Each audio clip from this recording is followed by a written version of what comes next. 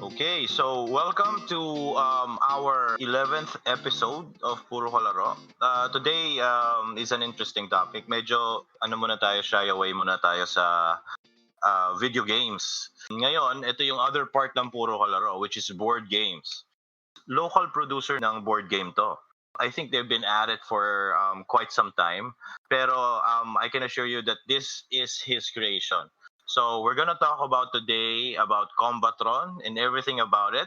So right now our guest is Tom Regala. Hello, glad to be here.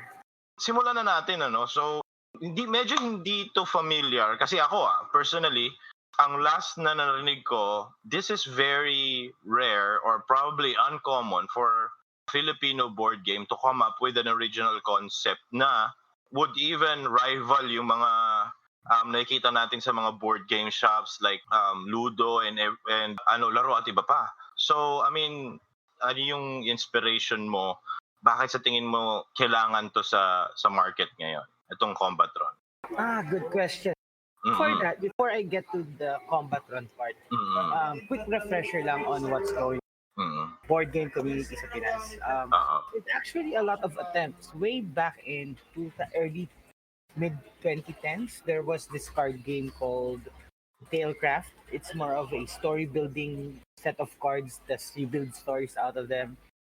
There have been multiple attempts ever since the generals came out.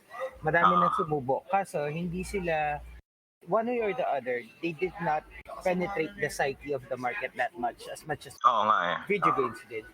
So, sometime around 2015, I think 2014, 2015, multiple board game designers have been popping up. Aside from me, there's also Balangay. There's also Ron Villaver who released parang Cards Against Humanity pero positive. It's a sharing Cards Against Humanity where you share experiences. Tapos, there's also Balangay who did the big switch. They're very much into socially relevant games. Lately, nag-release sila ng Darna, tapos Bagani card game, and a bunch of other independent designers. Kaso the thing is, they've been popping in and out. Pop, kasi tapos nabigla sila nawawala. Parang one-hit wonders or flash-in-the-pan things. Ngayon, nagkaroon ng parang coordinated effort kasi Ludus, my publisher, has now seen people like, ang dami na nagde-design. Maybe I could get an idea or two and have it published, mass-produced para mas umano. So the first game that was published by Ludus with me was this card game called Hugot. In terms of originality, it's not exactly very original. It's inspired by Cards Against Humanity. It's like Cards Against Humanity kasi puro Hugot. And from there, it picked off. I think my publisher felt that there's something into our designs na parang nag-mature na yung designs namin, na kaya na siya with the market.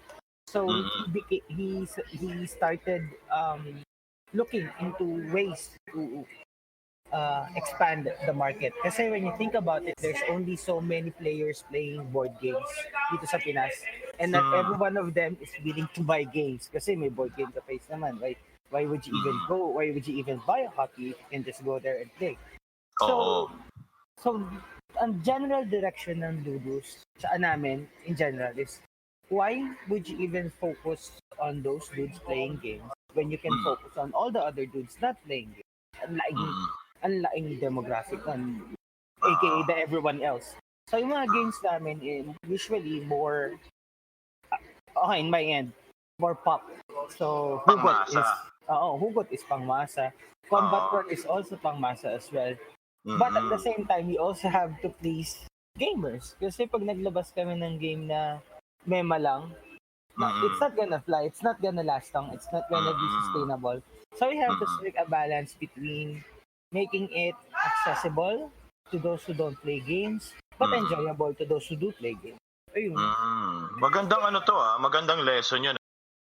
Most of the time, even on Western markets and everything, pag mag-design sila ng mga games, particularly board games, even video games, mahilig silang mag-cater dun sa mga niche markets na parang, di ba, parang niche markets na parang ito yung gusto kong crowd, ito yung gusto kong maglaro. Pero on your end, you try to say na parang hindi, mas maganda siguro yung popular talaga, yung pwedeng iuwi.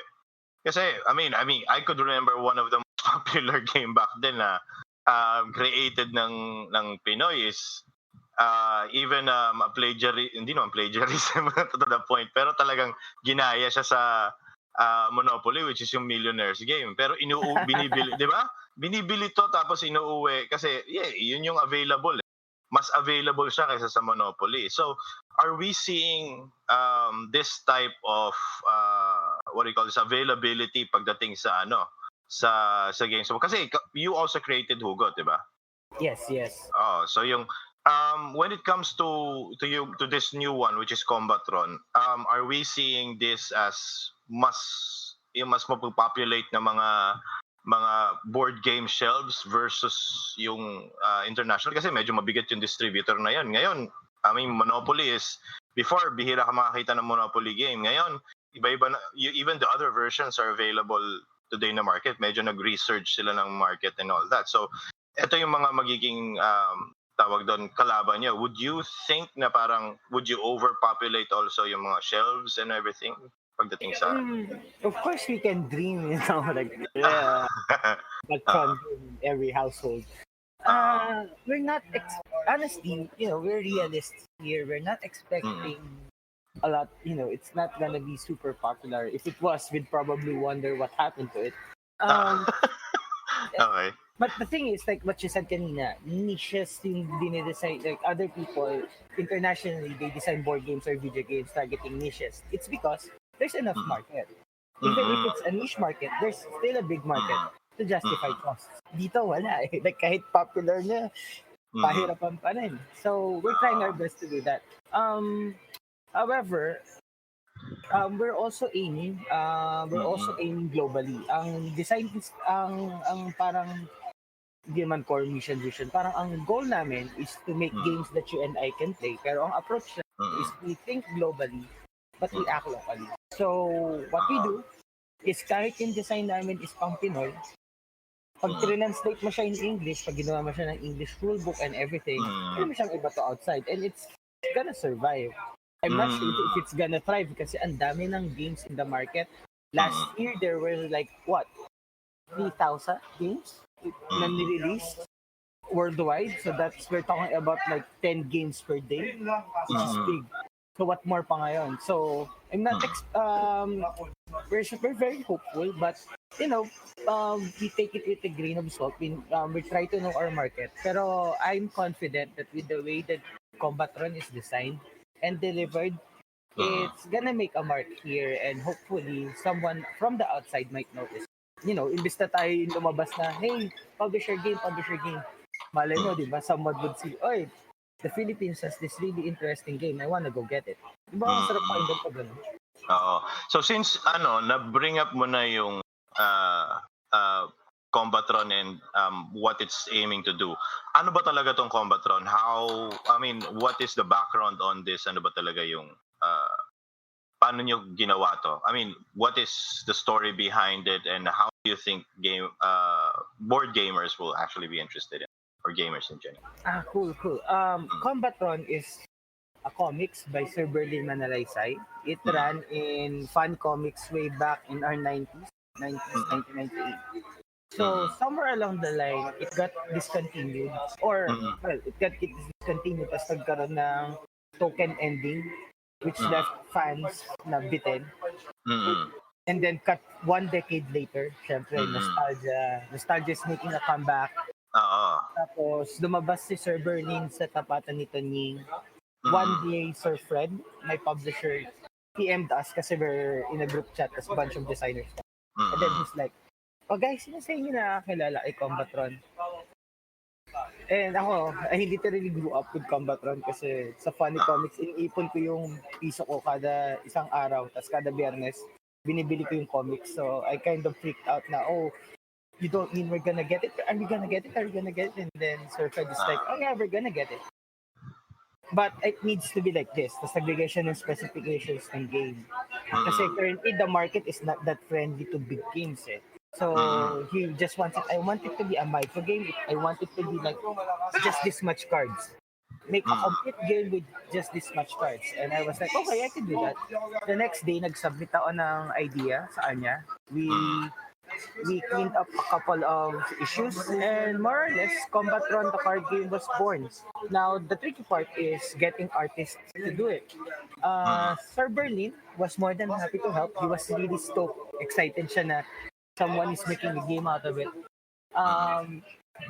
And we got the help of other artists din. Kasi kung gagawin ni Sir Berlin yun mag-isa, tapos yung dami ng unique artwork, it's gonna take a while. So, we kept it local. We tapped into the best artists PH has to offer. Sir Fred gave them a good deal and they made artworks. Tapos ako, tinapos ko lang. I collected them all, laid them out, balanced it a bit, tapos got feedback from players, refined it a bit, and last week, naibigay ko na Sir Fred yung yung super final dot JPEG. Designer ka talaga. Puro, ganyan yan di ba? May final. Sa dami ng files mo na, no? True. Pero it's the period na erase final na. So, binato ko na sa kanya. Sir Fred was like, okay, yeah, we can't do anything about this anymore. So, he went it's going to the printers now.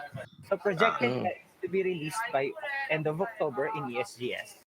How would you categorize yung card game itong Combatron? It's probably a micro game, a dual micro game that plays from theoretically 2 to infinity. But it's at its core, it's a 2-player dual game. So parang similar to Magic the Gathering, Yu-Gi-Oh. Not in the sense, kasi sa Yu-Gi-Oh at sa Magic may resource management. Dito wala.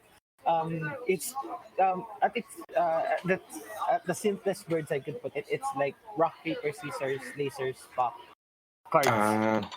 But of course, syempre may mga twists and turns yun to make it much more exciting and variations. You can draft the cards, you can choose different attacks, all that modern mechanics that makes games interesting. Okay. So, itong Combatron, pero I mean, do you sell it in a box and the game, the cards are fixed? Or are you guys planning to actually add more cards in the future and all that? Kasi, syempre, pag mga ganito, nakaka-addict di ba? True. Ano ba? Yeah, it's standalone. Hindi siya tulad ng Magic or Yu-Gi-Oh that you need to buy booster just to have a playable game right out of the box. The game has 4 characters in it. Si Combatron, si Abaddon, si Death Metal, si Metallica. Each deck is already ready to play. So you can play 4 characters. You can play up to 4 players. Mag-tournament kayo, single elimination. And then you can we're gonna read different game modes sa page namin na hindi kasya sa manual. So you can play multiplayer, you can play as apat kayo, tas sabay-sabay kayo na titirahan ng lasers. Tapos you can also draft. Kasi the way the cards are built, there's just like 5 attacks, 1 ultimate attack, and 2 assists. So pwede mong i-modify yon. Ano ba yung bit sa Dota na you can choose your skills? Skill draft?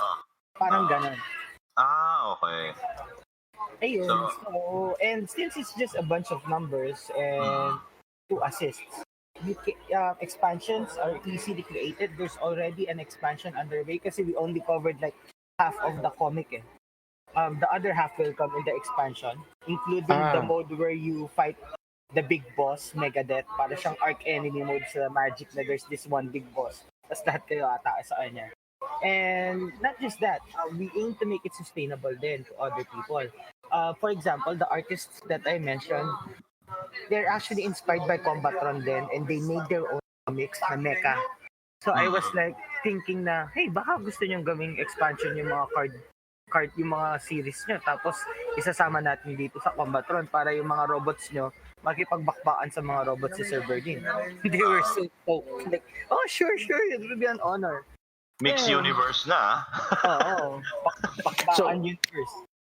So yung the way you're starting you're following the Combatron comics, yung story from start. I mean, each character that comes up, that's the ano rin. Yes. We try to make it follow the storyline.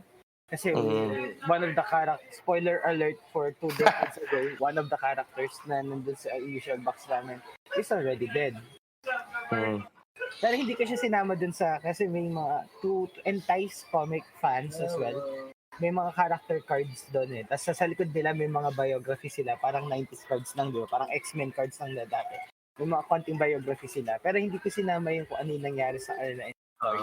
That way, yung mga new people, they're like, oh, ano nangyari kay ganyan. Kasi yung mga older people would like kwento na, kasi ganito. And then the newer people were like, what? Kasi maganda rin yung Combatron na sa story. Even as a children's book, there's a lot of robots dying. A lot of robots getting destroyed. And Combatron himself, who is a kid in the story, has to deal with loss and people dying left and right, and the choices and the consequences of his actions, which is pretty deep for a children's comic at the time. Pepe, for the listeners lang, ang Combatron, I mean, correct me if I'm wrong, Tom, no? So, kasi nung nakikita ko to dati, kasi hindi Combatron yung favorite ko nun, Zoids eh. Nung Funny Komiks eh. So, ang inspiration ng Combatron for the listeners is yung Mega Man Rockman series nung 90s. Pero, I mean, I don't think it's really similar pag story and everything. It's just maybe just the look. Pero yun si Combatron. I mean, he very much looks like yung Mega Man Rockman series. O Rockman sa Pilipinas na alam natin, di ba? Tama ba? True. I can't confirm with Sir Berlin, pero as far as I remember, he took a lot of inspiration on what's around at the time. For example, he took inspiration from Transformers too, kasi lahat ng the same designs eh. And some of the robots transform. Mega Man, of course, kasi nandun yung mga robot companions niya and stuff like that. He even took inspiration from wrestling, from WWE, kasi death metal is totally not Undertaker. Kasi pag dumadaan, he gets beaten up and then tumatayo siyang bigla. Para siyang brawler type na kapag na namamatay siya kasi bubuhay siya ulit. So, he's taking inspiration on what's going on and what's popular at the time. And the more I read Combatron and the more I talk to Sir Berlin, parang it's and he's taking inspiration as well from his personal life. For example, second issue ng Combatron, namatay yung original dog, second or third, namatay yung original dog companion ni Combatron, which was Askal. Turns out na nung tinanong ko yon, sabi ni Sir Berlin, kasi at that time namatay din yung, so I had to deal with grief. So, pinatay ko rin siya din sa story, sa comic book. So, yun. Kasi eventually, nagkaroon sila ng replacement dog, which was a Doberman. So, dun dumating yung Dobernut character. So, he's taking it from a lot of places. Just like how we design games. Galing we take things from the outside, we bring it inside, then we turn it to something really good. Pinag-uusapan nga namin ni Jan eh. Parang sabi niya, parang nakistar yata si Sir Berlin. May Metallica, may Megadeth. Sabi ko, ang lupit naman masyado ng inspiration and all that ng Combatron. Sabi ko talagang, parang ako to kasi mga 90s kid kami. Tanong ko lang, kasi recently, there's been whole brouhaha pagdating sa local and also there's this stigma kasi recently na praise ang Bagani the card game. So do you think may resurgence to ngayon kasi parang may negative connotation when it's created from a telenovela or a series na sa mga big networks and all that. So do you think this time people will look twice because of the Bagani review and all that? Well, the funny thing is Bagani was also published by the same publisher of Combatron, the card game. So doon mo makikita yung willingness ng publisher to try new directions. You know, in getting Bagani, obviously the publisher and the designer of that, Balangay Entertainment, obviously now has a foothold on most, if not all, the ABS-CBN IP, which is scary. Imagine your good game, your good series back then. Imagine if Ronin had a card game back then, siguro mas magandang magiging treatment ng tao doon. It kind of works both ways kasi if the game was good, people would turn to the telenovela. If the telenovela was good, the people would appreciate the games more. In this case, Bagani was interesting for what it offered. A one-season fantasy, totally not bad. Could have been better, as we all agree, but it's not bad given what it has. And same with the game. I just hope that people will not be put off by the packaging, because at its core, Bagani is actually a solid game, and it's a nice way to introduce people to modern mechanics. Combatron, and the fun thing about this is my publisher, and like us, all of us are learning from the experiences that other people have when they release their games. So in Combatron, we try to make the core experience stick. What is Combatron? Combatron is about combat and robots. So we made the game combat heavy, and we also catered to the fans who will not play the game. Kasi it's inevitable. People will just buy it because it's Combatron. So we'll give them something. We'll give something to them too. The manuals themselves, they also double as posters. So it's a feat for me in editing na pinagkasya ko lahat ng rules in one page kasi kailangan sa likod may collectible poster. And it's collectible, by the way. May collectible poster sa likod so ayun, so we're learning. I always said it. I've said it like last year that we're entering a board game renaissance in the Philippines, which is good. Hindi naman sa mali yung timing. Board game cafes are starting to mellow down na. Some of them are closing, which means people are now starting to buy games of their own. Kasi hindi na sila pupunta sa board game cafes So that's where we come in na. If people can if more designers like us can make good designs, convince the people that it's worth throwing money to Philippine games, who knows what will happen, di ba? True. Would you say na yung tabletop or board game developing is still at its infancy sa Philippines? Oh yes, very much. Actually, wala pang formalized course And the other day, a couple of months ago, there was this dude sa ATC. He's presenting a masterals for game design. And then we were like, but where's tabletop? So, napaisip kami. I mean, there's courses out there for video game design. But what about tabletop? So, ganun ka infant pa yung namin, yung scene dito sa Pinas. And it's actually pretty sad when you think about it. Do you know that no one produces dice in the Philippines?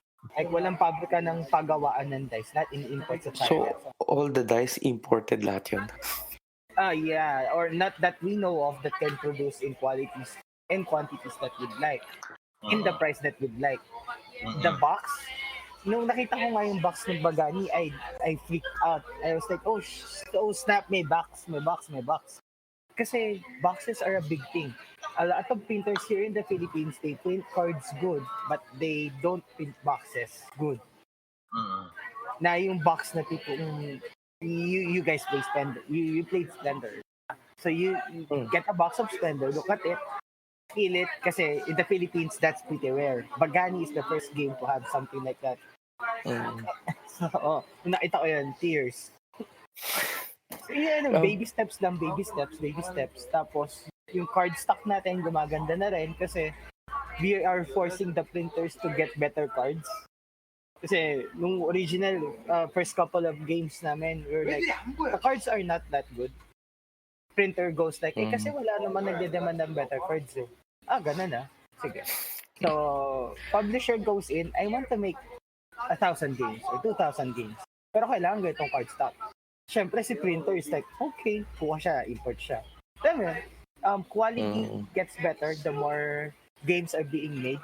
So the only answer to the problem na how do we get better games is to make games. Ironically, someone just has to be trailblazers about it and take the hits.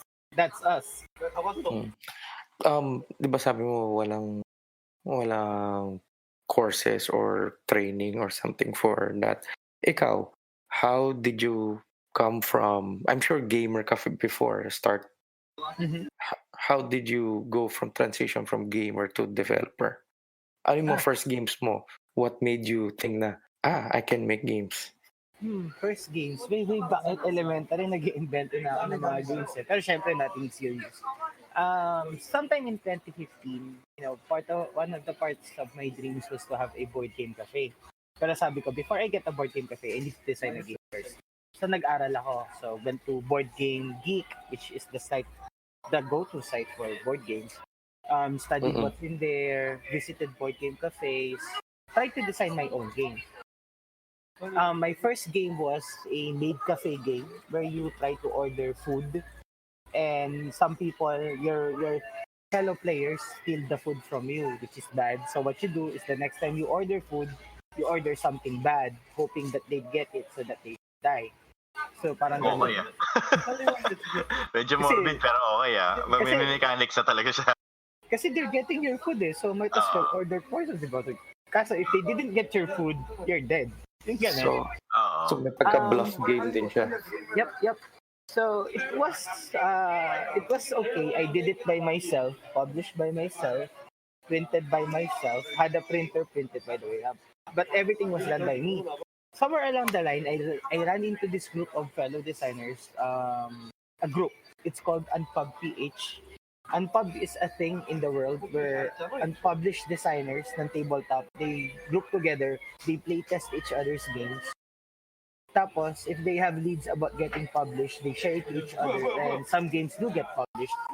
So I'm just happy that I ran into that group kasi nagkaroon ng sounding board, ng control na hindi, ganito. So we learned from each other a lot. Eventually, Sir Fred came in and saw that some of the games were promising.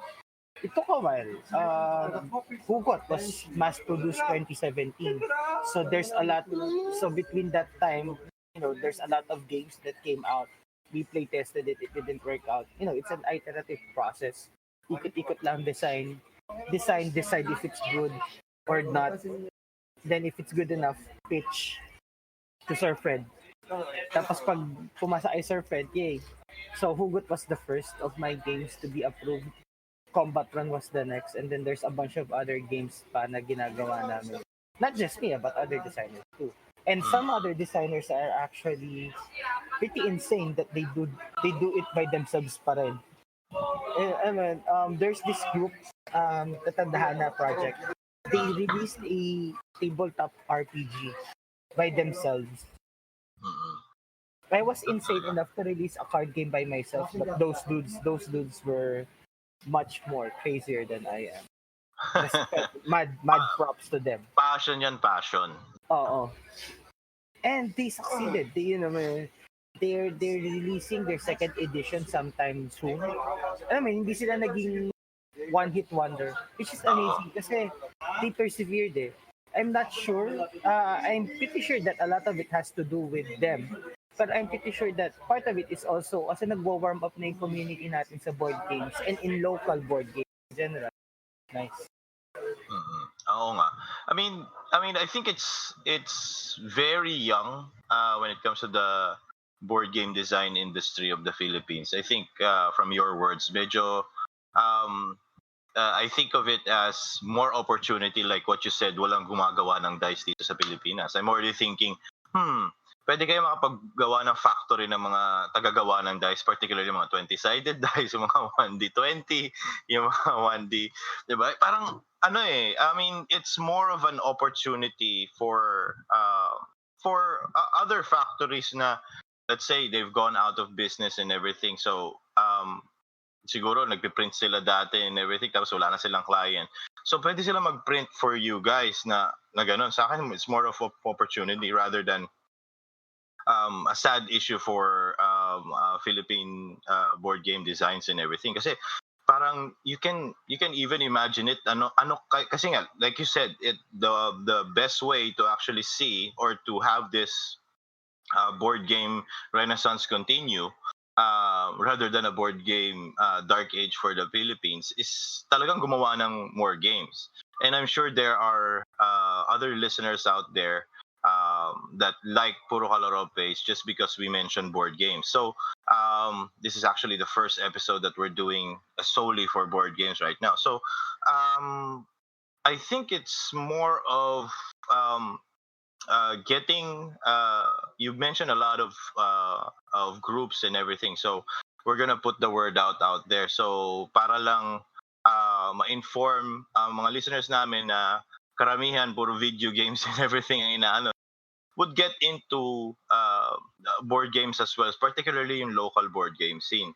So etong mga games na under Fred, right? So ano yung overall goal sa tingin mo na ano yung overall goal niya dito pag create, kasi marami siyang kinukuha na titles and everything, and right now Combatron is releasing.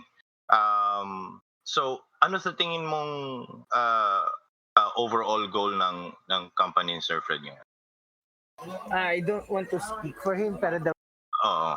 Ay nga pala, by the way, for listeners, he might be or he might be not. He might be joining the podcast later. So, yun. Pero I mean, on your end, sa tingin mo, as working as a designer for him, so what do you think is the what do you call this? The pathway of the company pagdating dito?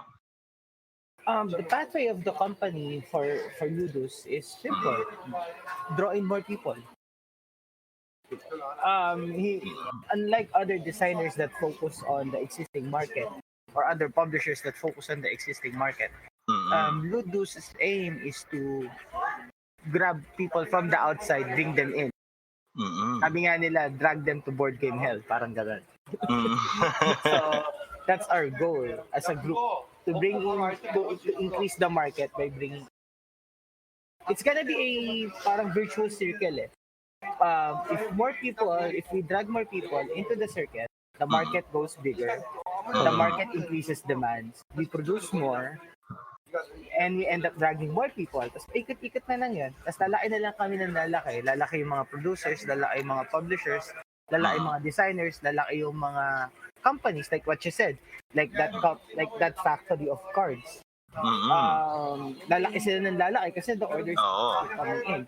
Domino effect to eh. Yep. And unlike other markets, kasi sa US medyo saturated na rin ang board game. Dito, this is still new eh. This is still new, so there's still a lot of space. There's a lot of wiggle room to go around. Hindi pa siya bursting unlike other markets. Kasi sa US, medyo saturated na rin yung mga tao. Board games, they don't know what to buy. Dito sa Pinas, konti pa lang yung mga local designers, so you can still wait, you can still get them all. So now would be a good time to hop in, design your games, or better yet, help us publish games by producing things that we. Pagdating sa, I mean, are there any competitors when it comes to sa Ludus? Do you have any other competitors, or you have the monopoly of the market right now? Right now, there's only one publisher crazy enough to publish games eh. So talagang ganun kaliit ah. Yeah, I mean, and the term is like I use it in a good way, crazy. Kasi even Sir Fred claims it himself. You know what they're doing right now? This is not efficient. Like, this is not the most efficient way of spending my time. This is sabi sa'yo na like, pero we're doing it together, to push it. It won't be it won't be efficient. It won't be viable unless someone actually goes out there and do it. So why not us? Pioneering kasi di ba? For better or for worse, yes. You'll be in ESGS under the Ludo booth. So what do you think we can expect from your booth pagdating, kasi you guys will be on ESGS, and what do you think will the visitors of the convention expect from Ludus there? Are you guys giving out? I mean, are you guys letting them try out your games? So what will be set up? Good question. Let's divide it into parts. Unahin na natin Sige. yung sa Ludus. What are you gonna expect from Ludus? Lots of games. Not just our games, but they're also demoing other games as well. There's this Transformers card game. Tapos they're also gonna demo miniature gaming. If I remember correctly, Warhammer 40K. Okay. Yeah, they're gonna demo that too. That's on top of our games, of course. The fun thing about what's gonna happen at ESGS is actually me as a designer. I have 3 booths. Oops. 3 booths to work with. There's Ludus, kasi syempre, Combatron. And I'm also part of Indie Fiesta by Okay. IGDA. It's a booth, it's a parang collective of different different indie games. Mostly video games, pero may mga tabletop games na rin kasama. So, I'm gonna be there. I'm gonna demo Combatron, the card game there, and my other game na published under a different group. So, So, it's called... sinasabi mong busy ka. Yeah, it's gonna Sobrang be busy ka niya. a long weekend. Pero what to expect on our booth? Sir Berlin Manalaysay might be there one of those days. I mean, the author of Combatron will be there one of those days, signing up. And we're gonna release event-exclusive cards done. So may ganon, Yes. So, I mean, you're, okay. So, parang collector's ed or something like that. Yep. This is, in trying to keep up with the market, you have to think of gimmicks like this. If you check out the page ng Combatron card game, we actually did a 3D post. Ang dami niyang reactions for just a 3D post. I would recommend that you guys check it out. And it was a pain in the backside to do, but nung nilabas namin, people were like, oh, this is fun, I'm spinning this all day. Pero yun nga, so yun yung mga parang pakulo namin to entice video game players to try out tabletop. Kasi ang hirap alam naman natin kung gaano kahirap yun, trying to try people from their screens and monitors and into their tables, face-to-face interaction and all that. Yun yung isa sa mga goals din namin na i-develop away from this monitor into the table. Yun yung isa pa sa mga pinupush namin. Is there a web page for Ludus, or is you guys so? We have a currently Facebook pa lang. Okay. Ludus, you can just search it, Ludus Distributors. Tapos, you can also search Combatron card game. We also have, kasi I'm part, actually the name of my group is the Epic Gaming Regiment, but to keep things simple, when we release a game, we create a separate page for it para doon namin ilalagay yung mga errata, kung nawala, FAQs, additional stuff, mga promotions. Okay. Para mabilis na rin itag. Okay. So, I mean, how many games have you designed so far? Including your own, plus the ones that you've been working on for. When you say design, do you mean design as in ginawa ko, or do you mean design as in both. I pinablis mean, na? ginawa ko, you're involved in, and also you released it yourself. I have this folder of like more than, I don't know, 50. Wow! Ang dami naman pala. And that's of course in varying stages of development. Rules pa lang, yung iba playable na, yung iba playable pero it doesn't play good. So ito siguro question lang for, or probably an education part on your end, for those budding designers or who think they have an idea and they just wanted to make it into a board game. Ano yung sa tingin mong may papayo mo sa mga bagong designers? Are there any other techniques, know-how you can share? Sure. Something to entice people to design board games muna. Kasi why would I design board games when I can design video games? Diba? Oo. Yun yung magiging point of contention. Real quick, do you know that the most profitable thing in Kickstarters are not video games but rather board games? Wow, okay. Ngayon ko lang nalaman yun, Which Okay. is, ako rin, nagulat nga rin ako. Like, talaga? So, Board mas games? maraming nagbibigay sa board games versus a video game. Sa bagay, kasi I mean, Kickstarter video games have had its bad rap na, I mean, Mighty number 9. kadalasan, hindi natutuloy eh. Even one of the biggest or the largest Kickstarter game, kay Chris Roberts is still not out. And it's been how many years now? So yun. I mean, what else can you advise our listeners? Baka gusto nilang gumawa. Kasi ako naging interesado na ako, particularly dyan sa dice thing na yan eh. Cool. Okay, sige. It sounds dumb, but just make games. Kasi that's the only way. However, once you have made your first ever game, what you should be looking at is eto na. Shout out lang muna, okay, Nico. Hello, Nico. This is the part where we come in. Ang focus mo rather, instead of picking a good mechanic or a good team or a good artwork for your game, focus instead on the core experience. Core experience, okay. Yes, core experience. What do you want players to feel when they play game? All of my games have an answer focused on that. Pag naglaro ka ng hugot, huhugot ka. Ng matindi. Pag naglaro ka ng Combatron, asahan mo, magbabakbakan kayo. Tapos pagdating sa dulo, magbibitawan kayo ng ultimate attack. Kasi gano'n na nangyayari, para siyang shonen anime. Ganon. So, once you have your core experience solid, make sure that all the parts of your game have that. From the cards themselves, from the manual to any components that you have. Kahit ngayon even the box. For example, sa hugot, yung box namin is not the usual na top. It's parang matchbox siya. Kasi pagtutulakan mo muna siya bago mo siya hugutin palabas. So, if the core experience permeates in all parts of your design, people will feel it, people will appreciate it, and people will say that they like the game, but they don't know why they like the game, and that's good. That's pretty It affects good. it will affect yung replayability.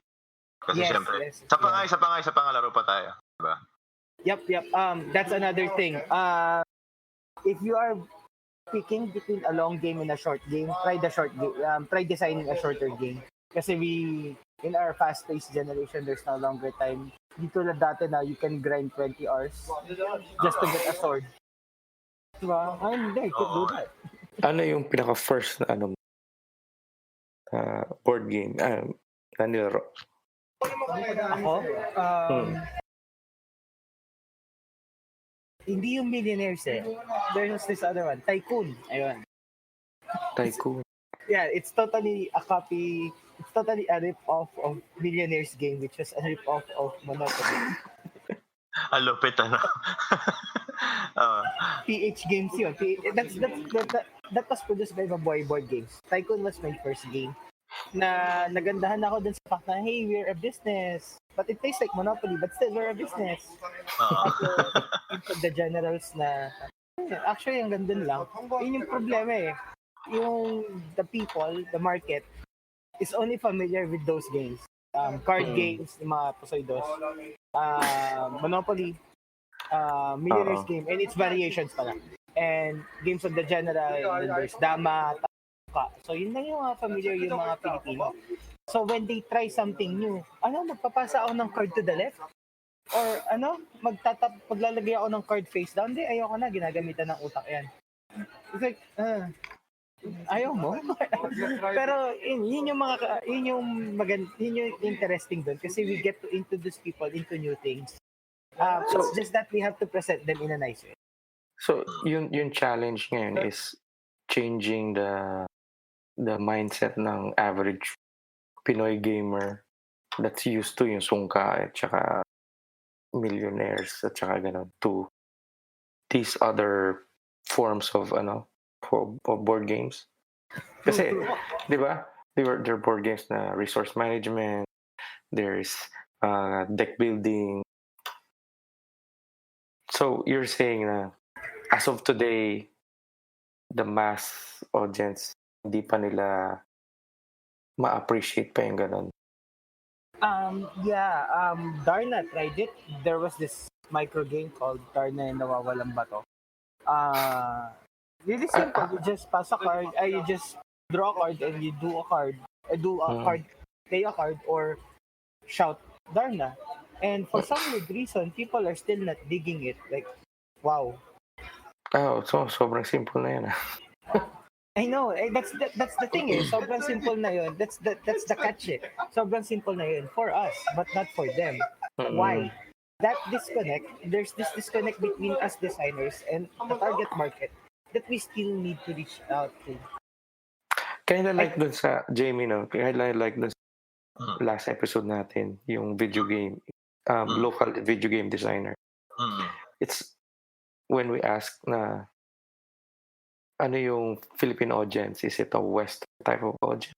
Western. Sabi nila, mixed. As in, super kuripot. But there are still people na whales ang tawag na magbabayad. So yun ang challenge niya. So, aside from that, is there other challenges from a designer point of view na maka-entice ka ng more audience? Yeah, a common and unpopular opinion incoming, a common pitfall of local game designers, video games, tabletop games, is that they design with local mythology in mind. Oo, yun talaga yung unang-una eh. It's like, I'm gonna make a Filipino game, I'm gonna put swamps in it, balance and other things like that. Parang second unpopular opinion incoming, they're starting to become the zombies of game design in the Philippines. Kumbaga overused na. Okay, our culture is more diverse than that. Come on, guys. Like, para sa akin kasi feeling ko that's one of the reasons why people are being put off by local games in general, kasi it's gonna be, it's gonna be another game about swamps. It's gonna be another game about swamps, but this time it happens. It's gonna be another game of... a couple of days ago, there was this dude who presented really nice artwork. And then he was like, I want this to be like a Call of Duty zombies kind of thing, but only with local for animals, creatures. And then people were like, but what would differentiate your game from COD zombies? Might as well play na lang yun, kasi buo na yun. I mean, that's one of the hurdles that I hope everyone would try to work our way around, to design Filipino games that capture Filipino culture and not just what we have. Para sa akin kasi the problem with that is napaka-superficial na you're just slapping in local features just to substitute for other things. Tama. Same idea din no? Pinalta mo lang ng monsters, ganyan, para makainganyo. Pero hindi, totoo yun no? I mean, you brought it up and all that, parang nare-realize ko rin na parang, oo nga no, bakit nga pala palaging kailangan local mythology and all that? From experience to, so may nakita, may nalaro kasi akong game na parang, okay siya, pero hindi ko na mention yung game, pero alam mo yun, oo nga, local ang ginamit niya. So medyo kakaiba, particularly if your target overall, if you wanna take this to the Western market or the international market, medyo hindi nila magigets kasi tayo lang naman mga Pilipino, takot talaga sa mga local mythology and all that. And pag binili ng Pilipino yan, kukunin lang nila yan or lalaroin nila yan para ma-educate ang isang, let's say, walang alam sa local mythology. Kasi parang may ugali ang Pilipino na parang ipagyayabang yung sariling atin. Pero pag sa atin, pag tayo lang, Hindi, alam mo na yan eh. Hindi ko na kailangan i-ano sa'yo. True. So, di ba? Parang, ayun yung medyo, oo nga, no? Na-realize ko na parang, oo nga, no? Although ako may iniisip na kasi akong game concept na or siguro story and all that na pwedeng pagbasihan ng isang board game or even video game. Na it's also local mythology pero it's really never talked about and it doesn't involve tikbalang and all that yung pero it's very Secret. little secret na lang yan. Nakaawin baka may magnakaw ayoko. Ayun, that's another thing that I would recommend to people. That's one of the thinkings that we want to address. People stealing ideas. Ideas are meron cheap. ganon? No, everyone like tulad sa amin sa Unpub, there were I have this game. Can you take a look at it? Sure, we'll look at it. Where's the game? I don't want to show it because she might steal. Huh? Iba naman yun, no? Iba naman yan. Kasi gawa na yung game mo di ba? Parang gawa na yung game mo. Bakit tayo mong pakita doon ka makakuha? Sabihin, like you said, you got known or you were known pagdating sa design. Because kasama ka sa isang grupo na naglalaro kayo ng games and all that, di ba? Pero ayun, what really matters is not the idea but rather the execution. The idea, di mo naman ginawa. Baka may kulang ka pa, no? Ito, I must share, just because of that, a demonstration, I must share, like, let's attack as many points as possible. So, Pinoy mythology na something, di ba? One of the games that's currently flirting in my mind right now, wala pa akong super solid idea. I want to make a game where you are guys trapped in a mall. I'm not gonna name which mall. And then there's this taong ahas out to get you. Wow! Ngayon, local urban legend, di ba? May taong ahas sa mall, the game. Tawagin mo na lang kasing Robinsons. Pwede ba? Pwede na The Robinsons game. Ayun. So, parang ang idea niya, just to, like, there's like multiple characters. For example, shoplifter na naiwan sa mall. Or department store intern or trainee na naiwan sa mall. Or yung manager na naiwan sa mall. So, kanya-kanya silang goals. For example, yung shoplifter, kailangan magnakaw. Tapos yung manager, kailangan may maipakain, kundi siya yung kakainin. Baka mamaya may tokhang the game na rin yung mga ganun, ano? Oy! May nagdi-design na! Of course. Like, our Philippine culture is very rich. Even if you remove all those mythological creatures, there's so much things to take. Para sa akin personally, parang insulto na, let's just slap Philippine creatures and call it a day. I mean, when I designed Hugot, understandable that it's coming from Cards Against Humanity, but there's always a twist. You can't, foreigners can't play Hugot, by the way. They cannot grasp the concept of Hugot. It's something uniquely Pinoy. Something like that. Na hindi mo pwedeng, let's just change this and it's gonna be the same. It's not something you can do. Combatron is, the mechanics are solid, but the story of fighting robots, robots fighting is, inherently, nandun pa rin yung Pinoy feel Tsaka yung the way I designed the cards, the way na even the manuals and posters in them, it's still a nod to the culture of comics din Kasi dati, di ba, mid-spread ng comics, kukunin mo, tapos gagawin mong poster. Kaso, sira na yung comics mo, di mo na mababasa yung nasa likod nila. So yun, there's so many things to grab about the Philippine culture. I look forward to other designers trying to integrate other things like that. There's also one dude who's making a game about you being in the MRT and trying not to run into smelly people. Kasi ayaw mo mag-amoy madirig mapaglabas. It's a legit game. Although I am clueless about how to make a game. Siguro I can create game mechanics and all that. Pero yun nga, siguro ang question ko dito is what makes what do you call this, a board game developer different from like let's say a normal video game developer, ba yung trials and tribulation mo? How do you exactly create a game? For one, walang patching sa board games. Okay. Yun na yun no? Oh, yeah. I think John is familiar with what happened with this Betrayal at House on Haunted Hill. Explain ko lang. So, the first edition of Betrayal and House on Haunted Hill is pretty weird. What happens kasi is, in the game, you explore a house. There's like 3 floors: basement, first floor, second floor. So, different tiles, the tile cards correspond to different locations. So, pag basement, malamang sa basement may ilalagay yun. There was this card that is called Underground Lake that you put on the second floor. Kasi yun yung nakasulat second floor. Pag flip mo, uy, Underground Lake, amazing. So naturally, the second edition no longer has it.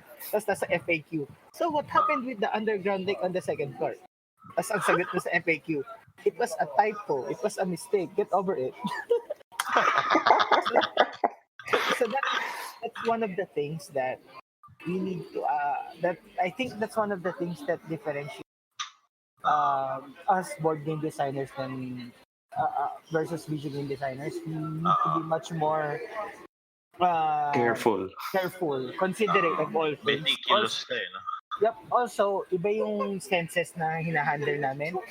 Obviously, we can't do sounds. Diba? But, well, technically, we can do sounds, but it costs you, like, you need to put something in there to make sounds. But, what we do have that video games don't have is touch. Some games have factored in the tactile sense of things into their gameplay, which blows my mind. How do they do it? Ayun. Tapos, more or less, when you break it down, the core competencies are still the same. You need to be able to ideate. You need to be able to iterate. A lot of things that we are teaching our fellows in Anpom actually comes from game design. Kasi, from video game design. Kasi, I mean, wala namang kami mapagkukuhaan anywhere else. So, ayun.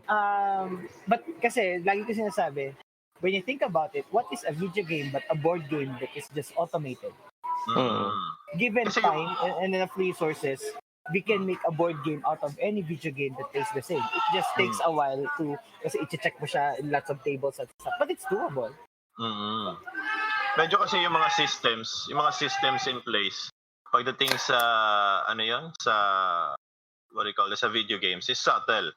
So unless some reviewer actually goes into those several systems or a developer explains it, kung ano yung mga systems in place, di mo mapuna. Pero sa board game, I think it's more of, alam mo na when you buy it, di ba? Parang ito yung system niya, nandun sa rulebook, basahin mo na lang.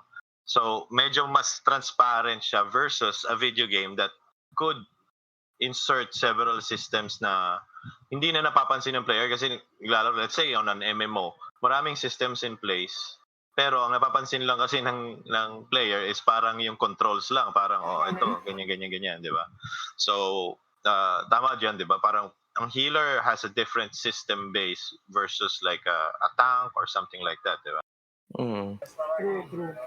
So, pero pag sa board game, medyo mas revealed siya kasi you have to because kailangan maintindihan yan because that's how like players are gonna circumvent the rules to their advantage. Tama ba yan? It's more strategic. Yep.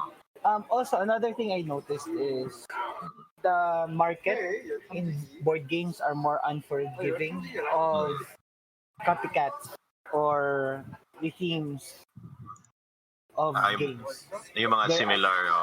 Yeah. Like, I mean, something like PUBG and isa, ROS, something like that. An ROS equivalent will not survive the current board game market. Mababash yun to death. Talaga? Kasi mas discerning mas discerning yung market Tsaka mas magastos kasi, I mean, you're gonna buy what? And then you're just gonna buy a clone of this? Kapag bibili ng mas obvious dito sa mas obvious kaysa sa video games. Kasi sa video games, they only occupy your hard drive Sa board games, they occupy shelves. So, you better make each game count talaga. Sa bagay ako kasi I was a Magic the Gathering Oo, maraming iterations ng card games. Even though they're so different when it comes to the systems, they're still being criticized as parang Magic lang yan, ayoko yan. Di ba? So parang, Yep. oo eh. Oo nga, sa bagay, maraming hindi nag-survive. I mean, I like another iteration because after Magic the Gathering, I went into another card game which is like The Legend of the Five Rings. Mm-mm. Ooh, L5R, crab. Oo eh, hindi siya nag-survive masyado. Ang dami ng edition ng ng Magic. Nasaan na yung bagong mga editions ng Legend? Gusto kong bumalik. Di ba? So parang sabi ko, yung sad naman, parang nostalgia na lang. I'm sure there are still L5R na are still sold. Pero wala na eh. Kasi paano mo naman ipupush ang ang ancient Japanese to a point, di ba? So yun. Good news. They're back, more or less. Oo nga, sana nga. I mean, they're back for good. No, they're back na tapos, and then there's gonna be like other board games happening in the Rokugan universe. So, Talaga. Okay. Good news yan, no? Maganda yan. Ngayon ko lang nalaman. Ayos yan. Makapag-addict ulit. Do you think na yung board game cafe they're helping the local developer industry, or they'd rather focus on more popular games? good question. Paano ba to? Kasi di ba yung go board ahead. game is basically a gathering yan eh. You can't really play board games by yourself. Or is the board game cafe industry helping you guys? Well, in theory, the board game cafes actually should be considered as hindi naman competitors. They detract value from your game.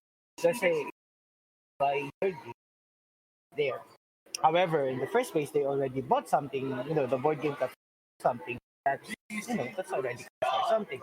That's just theory. That's just in theory. In practice, however, local board game cafes have been very, very, very supportive sa local games. Especially in the case of Hugot. Probably because Hugot was also designed with board game cafes in mind. Kasi ang ingay ng tao pag naghuhugot as people were like, go, woo! Tapos nakikita ng mga tao. They're like, oh, what's that game? Oh, that's Hugot. Oh, that's right out. Ganun.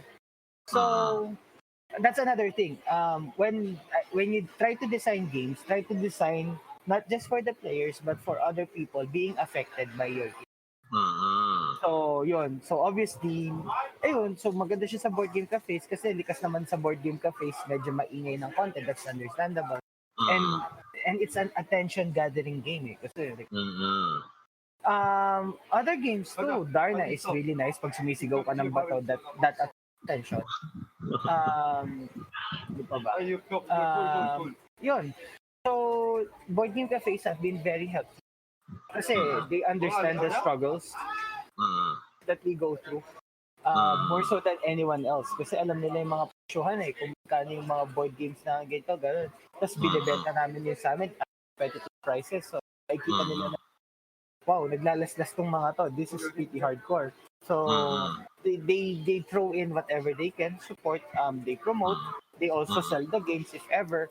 I mean, that's a bad thing eh. That's some optimal thing to do. Why would you sell games in a place where you want people to play games at your place? But they do it kasi they love they love to support. And at the end of the day, it's the player's decision if they want to go back or go back in. So nothing but praises for the local board game cafes kasi even if they're going through a parang deconsolidation now, some of the bigger board game cafes have been closing down. They're still supporting the local tabletop. So really nice. Tama. I mean, who else, di ba? Kasi syempre, yun ang core nila eh. A friend of mine owns that, si Jay ng Kamikaze. Yung Laro, Laro at iba pa. So, yeah. So, yun nga. What else? I think we've tackled everything. Sana may natutunan kayo sa episode na to. Tom, do you want to promote? You guys are going to ESGS. Anything you want to invite them or something? Absolutely. This is Thomas Regala of the Epic Gaming Regimen. We're gonna release Combatron card game pretty soon. Really appreciate it if you drop by sa ESGS, and also we'll be there in Comiket this Saturday. We won't be, we won't be selling games, pero makikita niyo na yung how the game plays. I really appreciate if you drop by there, and also on ESGS, we're gonna be there Friday, Saturday, Sunday. Just drop by and play our games, and not just our games. Andun din yung other games ng other indie developers and designers, mapa tabletop or video games. So, support lang. Support it not because it's Filipino, but support it because our games are good. We make sure of it. Okay. So, yan guys. So, support lang tayo. Not only just the video game industry dito sa Pinas, international, but also board games as well. Because right now it's in its infancy. Pero the more we appreciate it, the more if you have an idea of how you guys should put it out on the market, you should actually talk to people. We'll post it on the comment section or the information section kung saan nyo malalapitan itong mga groups na to. So, yeah, let's grow this market and everything. So, ika nga, domino effect yan. Diba? So, yun. I hope you guys have learned something today about the local board game industry. And until then, this is Jamie. And John, thank you. And wag masyadong puro kalaro, okay?